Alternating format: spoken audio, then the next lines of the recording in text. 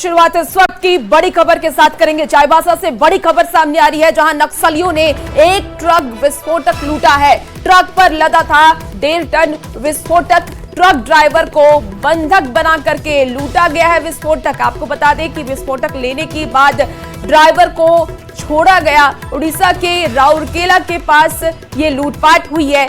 बाको पत्थर खदान जा रहा था ट्रक। बता दें आपको कि चाईबासा के सारंडा जंगल से सटा है इलाका, और घटना में सारंडा जंगल में सक्रिय नक्सलियों का हाथ होने की आशंका जताई जा रही है। घटना के बाद झारखंड और उड़ीसा पुलिस द्वारा क्षेत्र में लगातार संयुक्त ऑपरेशन चलाया जा रहा है। ये एक्सक्लूसिव तस्वीर भी इस वक्त आपको दिखा रहे हैं, जहां विस्फोटक लेने के बाद ड्राइवर को छोड़ दिया गया। उड़ीसा के राउरकेला के पास विस्फोटक की लूट हुई है। ज्यादा जानकारी के साथ रुपेश प्रधान, न्यूज 18 संवाददाता हमारे साथ जुड़ गए हैं। रुपेश, फिलहाल इस पूरे मामले को लेकर के क्या कुछ जानकारी है, क्या कुछ अपडेट है फिलहाल? देखिए, ये घटना जो है ये उड़ीसा के राउरकेला क्षेत्र के केवलांग थाना क्षेत्र के जंगल की घटना है। और ये जो इलाका है पश्चिम सिंहभूम के जो सारंडा जंगल से सटा हुआ इलाका है। और फिलहाल अगर बात करें तो ये घटना घटने के बाद दोनों राज्यों की पुलिस, झारखंड के पश्चिम सिंहभूम चाईबासा जिला पुलिस और उड़ीसा क्षेत्र की पुलिस, दोनों द्वारा इस मामले में जॉइंट ऑपरेशन चलाया जा रहा है। और मैं बता दूं कि सारंडा क्षेत्र में भाकपा माओवादी के शीर्ष नक्सली का दस्ता सक्रिय है, और जिसको लेकर पिछले कई महीनों से लंबे समय से सर्च ऑपरेशन चलाया जा रहा है। चाईबासा के एसपी आशुतोष शेखर ने जैसे बताया कि ये घटना उड़ीसा क्षेत्र की है, लेकिन सारंडा का जो इलाका है वो इधर सटा हुआ है उड़ीसा क्षेत्र से, इसलिए यहाँ जो सक्रिय नक्सली हैं उनके इस घटना में हाथ होने की संभावना जताया जा रहा है। और दोनों राज्यों की पुलिस द्वारा अभी ज्वाइंट ऑपरेशन चलाया जा रहा है। घटना के बाद हालांकि नक्सलियों ने ट्रक से विस्फोटक उतारे और ट्रक के ड्राइवर और ट्रक को छोड़ दिया, जो कि केवलांग थाना पहुंच चुका है ड्राइवर ट्रक लेकर। और इस मामले में फिलहाल आगे जांच पड़ताल और सर्च ऑपरेशन जारी है। बिल्कुल देखना होगा कि इस मामले में और क्या कोई सबूत निकलकर सामने आती है। बहुत शुक्रिया रुपेश तमाम जानकारी के लिए। खबरों में आगे बढ़ेंगे। डीजीपी अनुराग गुप्ता के मामले में केंद्र सरकार ने एक बार फिर से झारखंड सरकार को पत्र भेजा है। इस पत्र के माध्यम से अनुराग गुप्ता को डीजीपी के पद से हटाने की बात कही गई है। केंद्र सरकार के पत्र में लिखा है कि केंद्रीय गृह मंत्रालय उन्हें रिटायर मानता है, और ऐसे में इस मामले में राज्य सरकार की ओर से आवश्यक कार्रवाई होनी चाहिए। इससे पहले भी 2 बार केंद्र ने इससे संबंधित पत्र राज्य सरकार को भेजा है। अनुराग गुप्ता 30 अप्रैल को रिटायर हुए थे, और उसके बाद भी उनका सेवा विस्तार किया गया, और अभी झारखंड के डीजीपी के पद पर वो बने हुए हैं।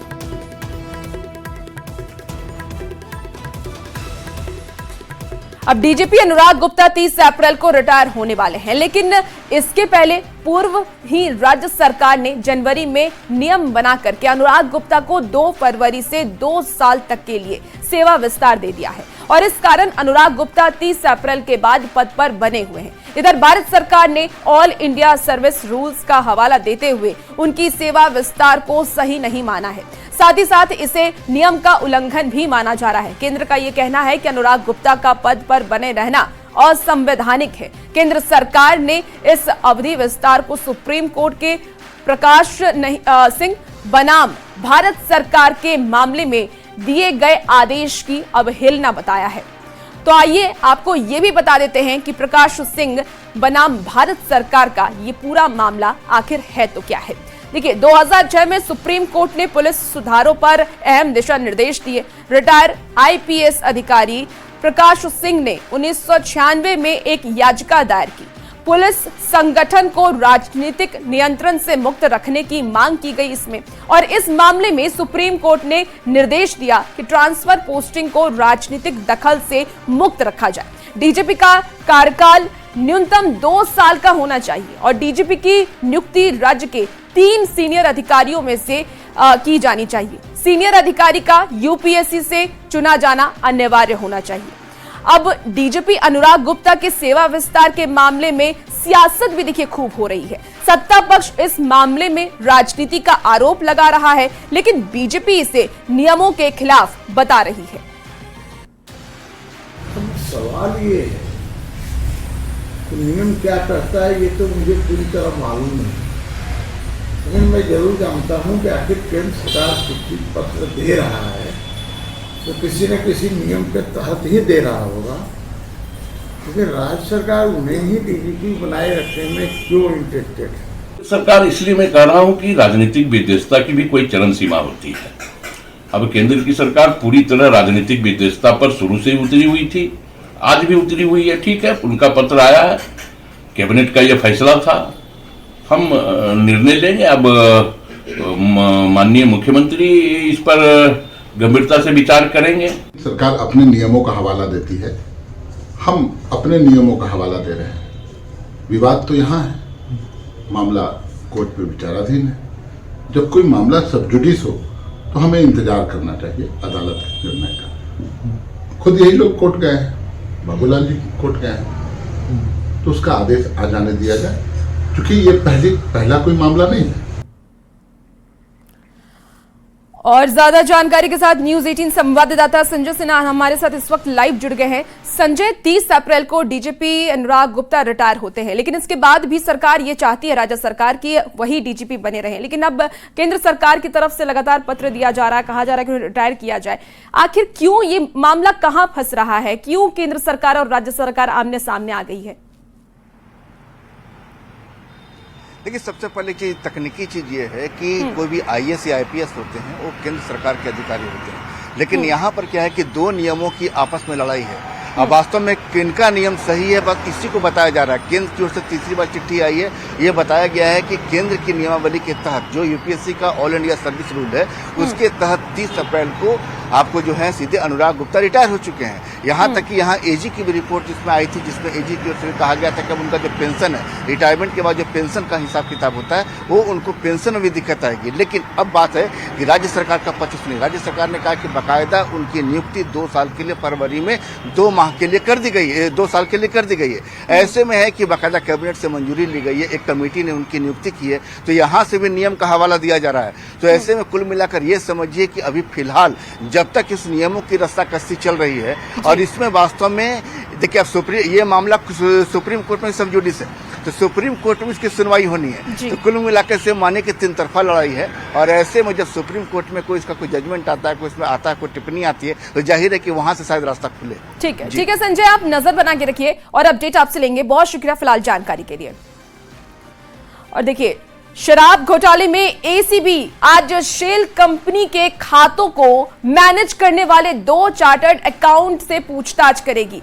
एसीबी ने आईएएस विनय कुमार चौबे के करीबी सीए अकाउंटेंट धनंजय सिंह और उपेंद्र शर्मा को पूछताछ के लिए बुलाया है। धनंजय और उपेंद्र की भूमिका शेल कंपनियों के खातों को संभालने में सामने आई है। एसीबी ने दोनों एजेंसियों के 7 लोगों से पूछताछ का नोटिस 7 लोगों को जारी किया है, जिन्हें नोटिस जारी किया गया है, और उनमें मेंसन मार्शन innovative security services private limited के निदेशक जमन तुकरावन देसाई और कमल जगन देसाई, इसके साथ ही शीतल जगन देसाई शामिल हैं। इन्हें 3 जून को एसीबी कार्यालय में आने को कहा गया है। तीनों महाराष्ट्र के थाने के निवासी बताए जा रहे हैं, और इस कंपनी के स्थानीय प्रतिनिधि नीरज कुमार सिंह को एसीबी पहले ही 21 मई को जेल भेज चुकी है।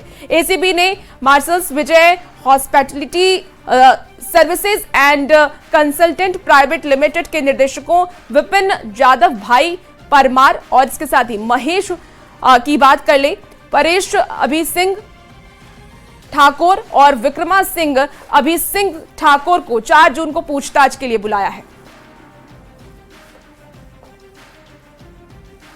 एसीबी की जांच का दायरा लगातार बढ़ता जा रहा है, और एसीबी ने आज पूछताछ के लिए आईएएस अधिकारी विनय चौबे उनके रिश्तेदारों और करीबियों से पूछताछ का सिलसिला और उसकी प्रक्रिया शुरू कर दी है। उसी के तहत आज विनय चौबे के सीईओ धनंजय सिंह, उपेंद्र शर्मा को यहाँ पूछताछ के लिए बुलाया गया, लेकिन दोनों को अलग अलग समय में पूछताछ के लिए बुलाया गया है। आपको बता दें कि एसीबी को शुरुआती जांच के दौरान इस बात का शक है कि इस शराब घोटाला मामले में ये विनय चौबे की ओर से अर्जित संपत्ति या शराब घोटाला से हो या किसी अन्य घोटाले से हो, वो अर्जित संपत्ति चाहे तो रिश्तेदार या फिर करीबियों के माध्यम से कहीं निवेश की गई होगी और उसी को लेकर रिश्तेदारों और करीबियों को अलग अलग तारीख में एसीबी में पूछताछ के लिए बुलाया गया है। सिर्फ इतना ही नहीं, आपको बता दें कि एसीबी ने अपनी जांच का दायरा और बढ़ाया है और उसको बढ़ाते हुए रजिस्ट्री ऑफिस से दस्तावेज यानी वहां भी पड़ताल शुरू कर दी गई है कि क्या वास्तव में हाल के दिनों में कोई ऐसी रजिस्ट्री, संपत्ति की रजिस्ट्री कराई गई है जिससे यह मालूम चले कि शराब घोटाले के तार अब संपत्ति निवेश में भी वहां भी जुड़े हों। लेकिन कुल मिला के समझ जाइए कि एसीबी के जांच का दायरा अलग अलग है, अब अलग अलग क्षेत्रों में बढ़ रहा है और ऐसे में जैसे ही अब पूछताछ की कड़ियां आपस में जुड़ेंगी, सवालों की फहरिस्त भी तैयार कर ली गई है कि वास्तव में किनसे क्या सवाल पूछे जाएंगे। परिवार भी हैं, रिश्तेदार भी हैं, साथ में आपको करीबी भी हैं। ऐसे में जाहिर है कि आज जब एसीबी यहाँ पूछताछ के लिए बुलाएगी तो जाहिर है कि सवाल का जो सिलसिला शुरू होगा और सवाल का सिलसिला जहाँ खत्म होगा तमाम कड़ियों को जोड़ा जाएगा और फिर जो निचोड़ आएगा जाहिर है कि उस मामले में क्या कुछ निकल कर आता है उसी का फिलहाल इंतजार हो रहा है। कैमरामैन प्रभाकर के साथ संजय कुमार सिन्हा, न्यूज 18 रांची। खबर बोकारो से है, जहां मद्य निषेध मंत्री योगेंद्र प्रसाद ने ये कहा कि राज्य के हर हाल में 1 जुलाई से नई शराब नीति लागू होगी। वहीं शराब घोटाले की जांच को लेकर के ये कहा कि इस मामले में कुछ भी कहना जल्दबाजी होगा। एसीबी को कुछ तथ्य मिला होगा तभी कार्रवाई आगे बढ़ रही है और लोगों को जेल भेजा जा रहा है। किया जा रहा है, आप इत्मीनान रहें, हर हाल में 1 जुलाई से नई शराब नीति लागू होगी। अभी जिस प्रकार से जो जेल जा रहे हैं, जो पकड़ाए हैं, क्या मानते हैं कि इस राज्य में कहीं ना कहीं जो है शराब नीति को बनाने को लेकर बड़ा गोलमाल हुआ? देखिए, अब ये एसीबी जांच कर रही है, जांच के तथ्यों के बाद ही हम इस बात विषय पर कुछ कह पाएंगे, लेकिन प्रथम दृष्टया कहीं न कहीं कुछ साक्ष्य मिला होगा तब आगे कार्रवाई हो रही है। और इसी बीच बड़ी खबर राजधानी रांची से सामने आ रही है, जहां महिला एडीजे पहुंची है सुप्रीम कोर्ट। बड़ी खबर आपको बता रहे हैं, सुप्रीम कोर्ट में पहुंची है, छुट्टी नहीं मिलने पर सुप्रीम कोर्ट पहुंची है। चाइल्ड केयर लीव नहीं मिला था, इसको लेकर के वो सुप्रीम कोर्ट पहुंची। 10 जून से दिसंबर तक मांगी थी लीव, सिंगल पेरेंट होने का हवाला दिया था। दूसरी जगह पर तबादला किए जाने पर मांगा था चाइल्ड केयर लीव। तो कल सुप्रीम कोर्ट में इस मामले को लेकर के सुनवाई होने वाली है। बड़ी खबर आपको इस वक्त बता रहे हैं। आयुष्मान योजना को लेकर के सियासत देखिए अब लगातार जारी है। बाबूलाल मरांडी के दिए गए बयान पर कांग्रेस और जेएमएम ने पलटवार किया है। कहा कि आयुष्मान योजना झारखंड में नहीं बल्कि बीजेपी शासित राज्यों में ठीक ढंग से काम नहीं कर रही है और इसकी वजह यह है कि केंद्र सरकार बकाया पैसा राज्यों को नहीं दे रही है।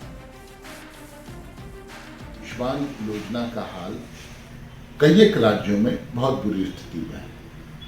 भाजपा शासित राज्यों में भी ये योजना बहुत, मैंने समझता हूं कि वो बेहतर स्थिति में है।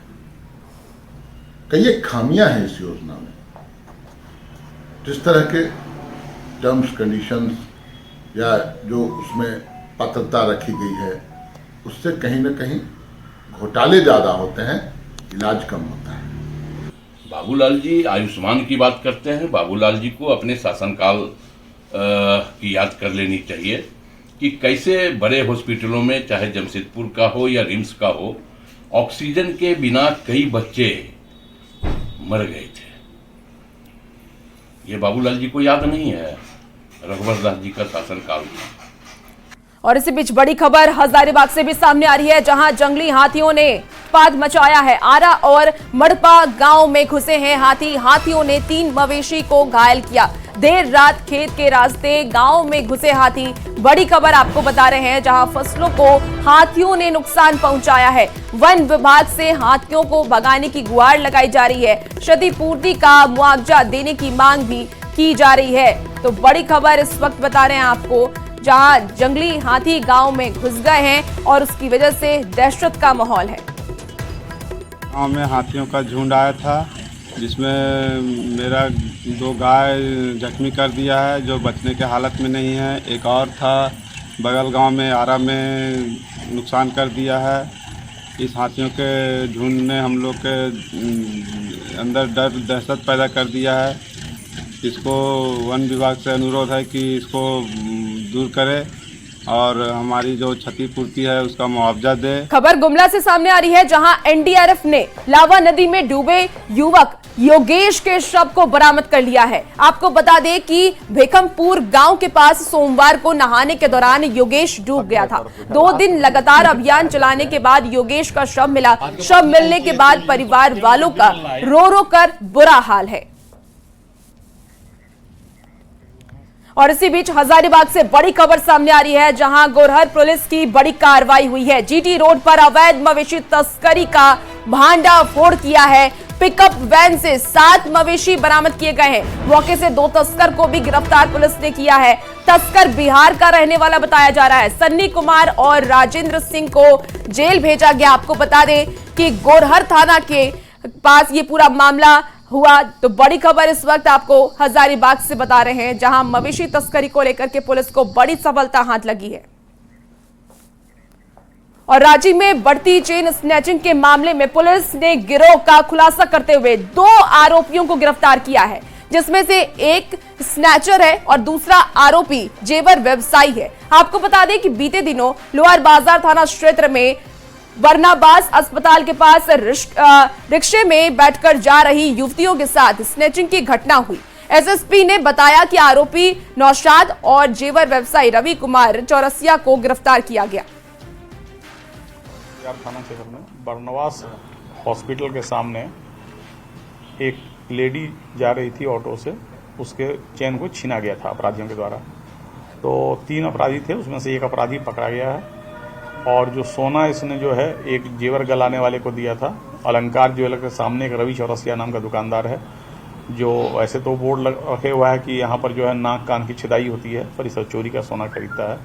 तो उसको इसने दिया था, उसने उस सोने को गला दिया था। वो गला हुआ सोना उतने ही वजन का बरामद भी हो गया है और उसका आइडेंटिफिकेशन भी हो गया है कि जो छीना गया था उसको गलाया गया है। राज्य के हिंदपीढ़ी थाना क्षेत्र में अवैध आर्म्स के साथ एक युवक को पुलिस ने गिरफ्तार किया है। आरोपी के पास से एक देसी कट्टा बरामद किया गया। पुलिस ने यह बताया कि छाता मस्जिद के पास मोहम्मद अल्फाज नाम का शख्स अपने पास अवैध हथियार लेकर मौजूद था, जिसकी सूचना के आधार पर उसे गिरफ्तार किया गया। हालांकि आरोपी का कोई आपराधिक इतिहास नहीं है, लेकिन ऐसी आशंका जताई जा रही है कि वो किसी आपराधिक वारदात को अंजाम देने की फिराक में था।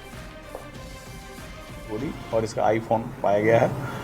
जिसने हथियार जिसे इसने लिया है उसकी भी पहचान हो गई है। हम लोग उसकी भी जो है उसके खिलाफ भी कार्रवाई कर रहे हैं।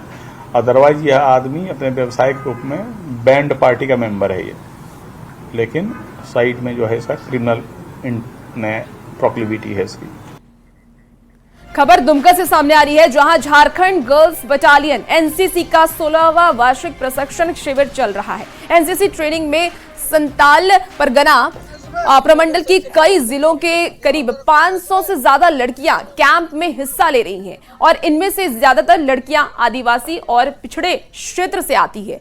ये वही बेटियां हैं जो कभी गोली और बंदूक के नाम से भी डरती थी, लेकिन आज अब ये राइफल थामे निशाना साध रही हैं और आत्मविश्वास से भरी हुई हैं। ये प्रशिक्षण 21 तारीख से शुरू हुआ है। CATC कैंप है 5 और इसमें बच्चों को सिखाया जा रहा है कि आप कैसे मतलब अपने जो भी इनकी ज़िंदगी में रुकावट है, दैट मीन्स इनको पता नहीं है अपना पोटेंशियल कितना इनके अंदर है, तो इसको निखारने का काम कर रहे हैं। हम यहाँ पर फायरिंग सिखा रहे हैं बच्चों को, योगा क्लासेस हो रहा है और इनका फिजिकल वर्कआउट हर तरह से हो रहा है इनको। उसी में मैंने 2nd पोजीशन लाया है कि मैं और कोशिश करूँगी कि जल्द से जल्द मैं अच्छी प्रैक्टिस करूं ताकि मेरा और अच्छा पोजीशन आए, ताकि मैं और देश की रक्षा के लिए आगे रहूं।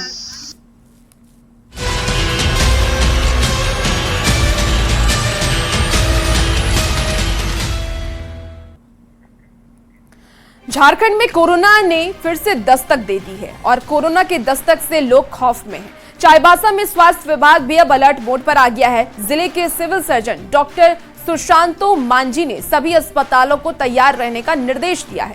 सदर अस्पताल चाईबासा में भी 4 बेड का आइसोलेशन वार्ड बनाया जा रहा है।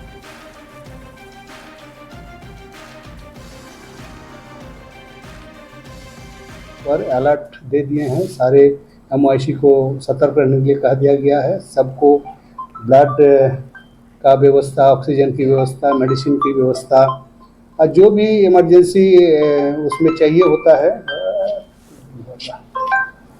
चाहिए होता है वो सारा का व्यवस्था करने के लिए कह दिया गया। सदर अस्पताल में हम लोग 4 बेड का एक वार्ड बना रहा है, उसमें सारा इक्विपमेंट रहेगा और वो व्यवस्थित हो जाएगा।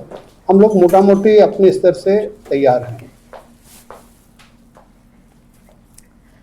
और फिलहाल इस बुलेटिन में इतना ही। खबरों का सिलसिला न्यूज़ 18 बिहार